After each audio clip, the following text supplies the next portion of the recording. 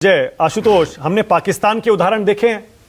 वहां पर लोकतांत्रिक तरीके से चुने हुए प्रधानमंत्री नेता नौबत यहां तक आ जाती है, उनको देश छोड़ना पड़ता है। जब वापस आते हैं या तो हत्या हो जाती है या जेल में डाल दिए जाते हैं या फांसी पे चढ़ा दिए जाते हैं। बांग्लादेश उस मामले में अलग है। शायद पहली बार ऐसा हो रहा है आशुतोष कि किसी नेता को, प्रधानमंत्री को, इस तरह से पद छोड़कर और निर्वासन में जाना पड़ रहा है।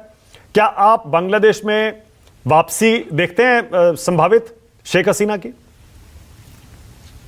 देखिए, माना कि इस पूरे मसले के जो सबसे महत्वपूर्ण है और इस पर हम भारत के लोगों को काफी गर्व होना चाहिए कि 1947 के आजादी के पहले और बाद से लगातार जो ये कहा जा रहा था कि भारत के अंदर लोकतंत्र जो है वो लंबे समय तक स्थापित नहीं रह सकता। आजादी के बाद न केवल हम लोकतंत्र रहे बल्कि लगातार यहाँ पे चुनाव भी हुए। उन चुनाव पे सवाल जरूर खड़े हुए लेकिन सत्ता का हस्तांतरण बहुत आसानी से होता हुआ। ये इस बात का प्रमाण है कि भारत के अंदर लोकतांत्रिक चेतना बहुत मजबूत हुई पिछले दिक्कत क्या है कि चाहे पाकिस्तान हो, चाहे बांग्लादेश हो, चाहे श्रीलंका हो या फिर नेपाल हो, इन सब जगहों पे जो लोकतांत्रिक चेतना जितनी होनी चाहिए थी वो मजबूत नहीं रही।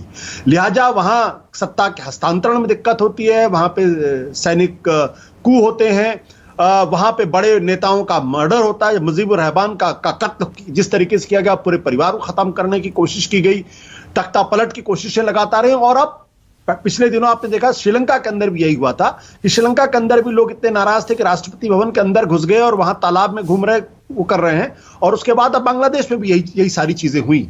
तो ये इस ओर भी इशारा करता है कि जो लोकतंत्र के अंदर जो लोगों की दिक्कतें हैं, लोगों की जो तकलीफें हैं, लोगों के जो मुद्दे हैं, उनको लोकतांत्रिक तरीके से अगर हल नहीं किया जाएगा तो फिर यही होगा।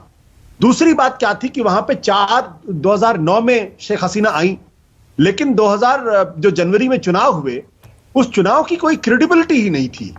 सब लोग ये मानते थे कि ये चुनाव जो है विपक्ष के अनुपस्थिति में हुआ है और इस चुनाव को रिग करने की कोशिश की गई है। तो ये पेंटअप गुस्सा जो था वो हाईकोर्ट के फैसले के बाद अचानक फूटा है। तो मेरा साफ तौर पे मानना यह है कि आज की तारीख में भारत सरकार का रुख पूरी तरीके से पुख्ता रुख है और जो किसी भी सरकार को रुख रखना चाहिए बिल्कुल वैसा ही रुख है कि ये बांग्लादेश का अपना अंदरूनी मसला है। वहां शेख हसीना प्रधानमंत्री रहती हैं नहीं रहती, इससे भारत के रुख पे कोई फर्क नहीं पड़ना चाहिए, क्योंकि भारत का जो रिस्पॉन्स होगा वो बांग्लादेश की सरकार और भारत सरकार के बीच का रिस्पॉन्स होगा। वहां पे कौन है कौन नहीं, इससे कोई फर्क नहीं पड़ता। जहां तक शेख हसीना को भारत के अंदर असाइलम देने का प्रश्न है, मुझे लगता है भारत सरकार इस मामले में बहुत मैच्योर तरीके से हैंडल करेगी। इसमें मेरे कुछ कहने का या कुछ बात करने का कोई मतलब है नहीं। और ये मैच्योरिटी इस पर निर्भर करेगी कि जो सरकार वहां पे बनने जा रही है उससे भारत किस तरीके का रिश्ता रखना चाहता है। और मेरा साफ मानना है कि भारत उनसे एक अच्छा रिश्ता ही रखेगा। वैसे में शेख हसीना को भारत में किसी तरीके का असाइलम देना थोड़ा मुश्किल काम जरूर होगा। ओके, अनंत।